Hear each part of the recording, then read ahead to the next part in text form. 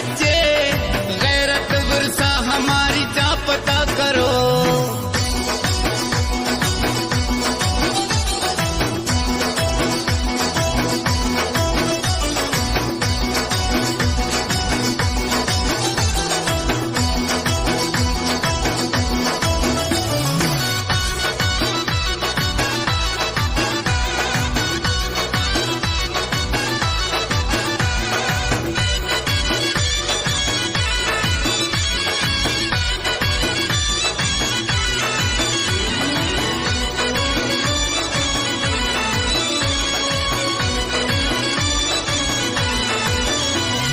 सर पे है दस्तार, हाथ में तलवार, मशहूर है दुनिया में हमारी बड़ी शलवार। हर है पहाड़ में, दहशत है धाड़ में, दोस्तों के दोस्त हम ही, आला है प्यार में।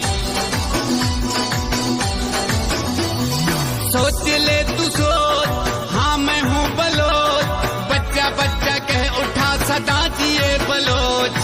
शक्ल के अच्छे, दिल के हैं सच्चे, गैरत विरसा हमारी जा पता करो।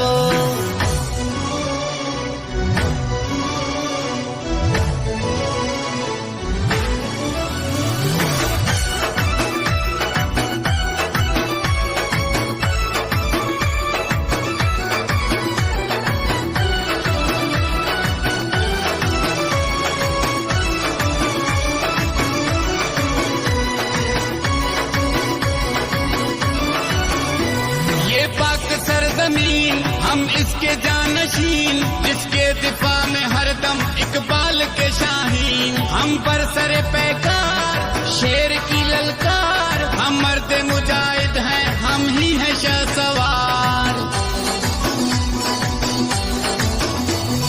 सोच ले तू सोच, हाँ मैं हूँ बलोच, बच्चा बच्चा कह उठा सदा जिए बलोच।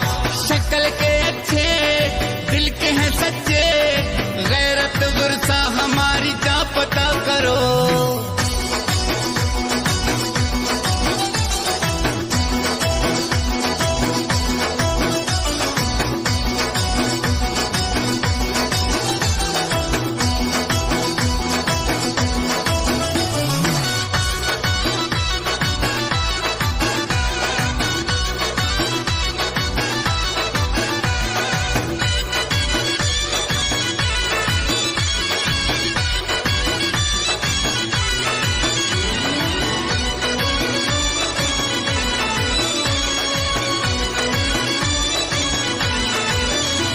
कल्चर दे बलोची, ए रोच में वती, यक दस्त दे बेशुमा, दुनिया बिगिनती।